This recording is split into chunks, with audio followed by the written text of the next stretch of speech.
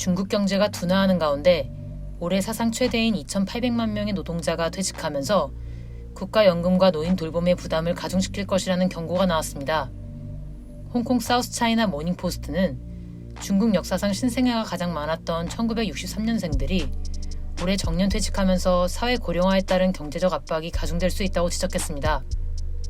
중국의 정년은 대체로 화이트 칼라는 남성 60세, 여성 55세이며 여성 블루칼라는 50세로 정해져 있습니다. 중국은 그동안 정년 연장을 추진하겠다고 해왔지만 정해진 일정표는 아직 없습니다.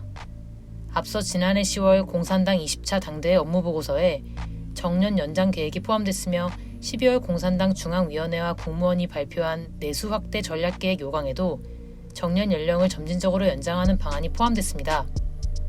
중국 민정부 고문인 인민대 두펑 부총장은 이 신문에 정년 연장은 분명한 글로벌 추세라며 정책 입안자들은 새로운 현실에 맞는 유연한 고용 정책을 내놓아야 한다고 말했습니다. 두펑 부총장은 많은 이들이 50세에 은퇴하는 가운데 올해 중국의 60세 이상 인구는 3억 명 가까이 될 것이라고 전망했습니다.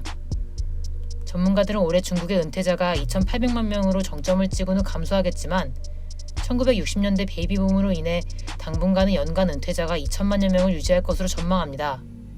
또 이런 추세로 2050년까지 60세 이상 인구가 전체 중국 인구의 38% 이상을 차지할 것으로 예상되며 연금과 노인 돌봄, 의료체계에 부담이 될 것이라고 경고하고 있습니다.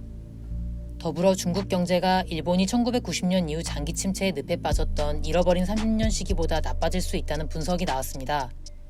월스트리트 저널은 현재의 중국과 30년 전 일본 사이에 높은 수준의 부채와 인구 고령화, 디플레이션 징후 등 많은 공통점이 있다면서 중국의 장기 침체 가능성을 보도했습니다.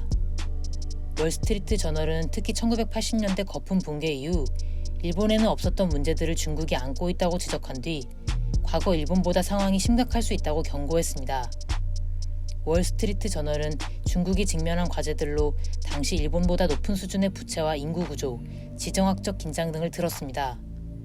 앞서 모건 스탠리나 뱅크 오브 아메리카는 중국의 자산 거품이 과거 일본보다 크지 않다면서 중국 위기론이 과장됐다는 보고서를 내기도 했습니다.